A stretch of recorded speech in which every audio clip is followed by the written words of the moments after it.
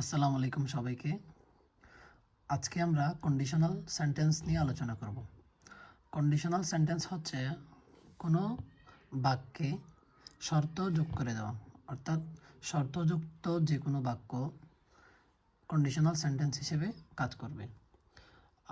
Basically conditional sentence হচ্ছে চার প্রকার: zero conditional, first conditional, second conditional and third conditional. কিন্তু আমাদের পরীক্ষার প্রশ্নে যে কোনো একটি ক্লজ দেওয়া থাকবে, বাকি ক্লজটা আমাদের কন্ডিশনাল বুঝে অ্যান্সার করতে হবে। আমরা যদি প্রথম 1 নম্বর এবং 2 নম্বর সেন্টেন্স দুইটা দেখি, প্রথম সেন্টেন্সে লেখা আছে if you heat water it vapours. তুমি যদি পানিকে তাপ দাও সেটি বাষ্পে পরিণত হবে। 2 নম্বর সেন্টেন্সে আমরা দেখতে পাচ্ছি if it rains today I will go out. যদি আজ বৃষ্টি হয় আমি বের হব। একটা ব্যাপার লক্ষ্য করা যাক, ইফ ইফ দুই সেন্টেন্সেই আছে, এরপরে সাবজেক্ট ইট, এখানে ইউ, এখানে ইট, সেটির পরে যে ভার্বটা বসেছে হিট এবং যে ভার্বটা বসে রেইনস অ্যান্ড হিট, এই ভার্ব দুটি প্রেজেন্ট টেন্স আছে।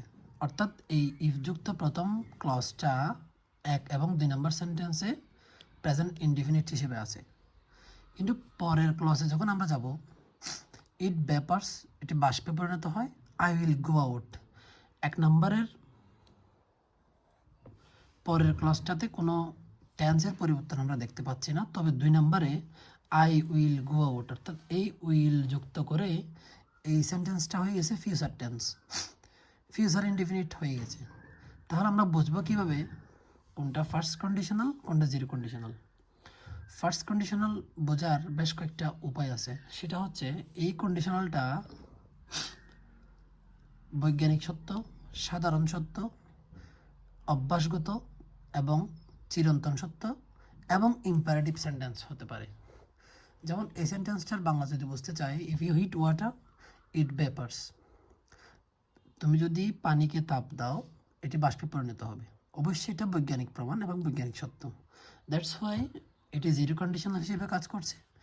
এই জন্য এটার দুই পাশেই ইফ যুক্ত প্রেজেন্ট সিম্পল এবং প্রেজেন্ট সিম্পল ক্লজ হিসেবে কাজ করবে। এটাও প্রেজেন্ট সিম্পল এবং ফার্স্ট ক্লজও প্রেজেন্ট সিম্পল। আশা করি জিরো কন্ডিশনাল আর কোনো সমস্যা নেই।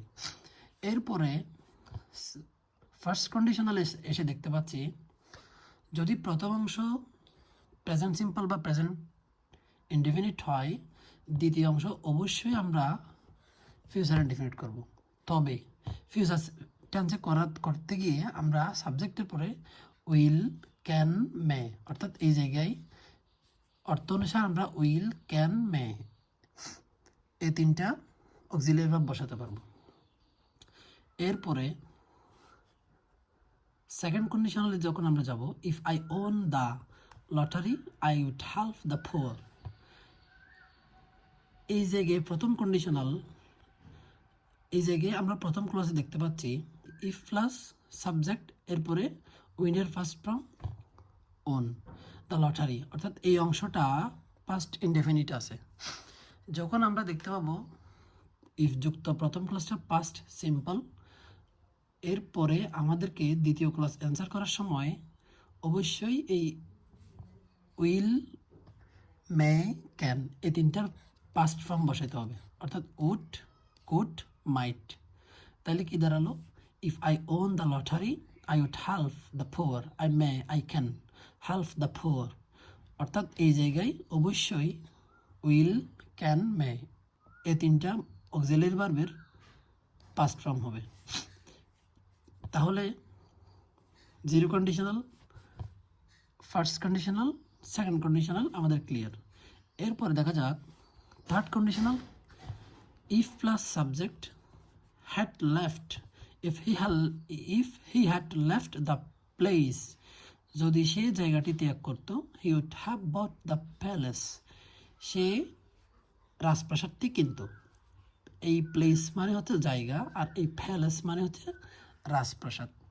এখন if he had left the place, খেয়াল করা যাক এখানে এটা যে থার্ড কন্ডিশনাল, আমাদের বোঝার উপায় হচ্ছে if plus past perfect tense, had plus ভার্বের পাস্ট পার্টিসিপাল ফর্ম থাকলে আমরা অবশ্যই সেটা পাস্ট পারফেক্ট বলবো।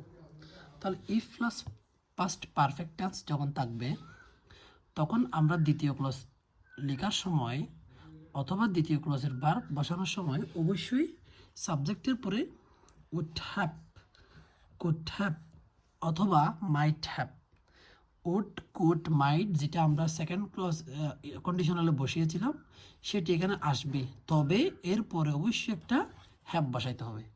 হ্যাভ বসালেই পরের ভার্বটি অবশ্যই ভার্বের পাস্ট পার্টিসিপাল ফর্ম হবে।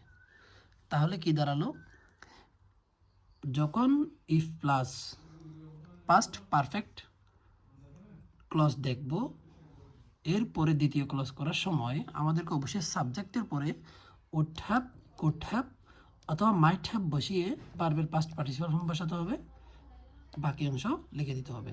তাহলে পরীক্ষা আসবে কীরকম, if he had left the place, হির পরে এই ভার্বকে ব্র্যাকেট উইদিন ব্র্যাকেটে বাই লিখে দিবে। আমাদেরকে অ্যান্সার করার সময় সাবজেক্ট প্লাস উড হ্যাভ অথবা কুড হ্যাভ অথবা মাইট হ্যাভ বসিয়ে এই মেন ভার্বকে পাস্ট পার্টিসিপাল ফর্ম করে তারপর অ্যান্সার করতে হবে। তাহলে আজকে আমরা zero conditional, first conditional, second conditional এবং থার্ড কন্ডিশনাল,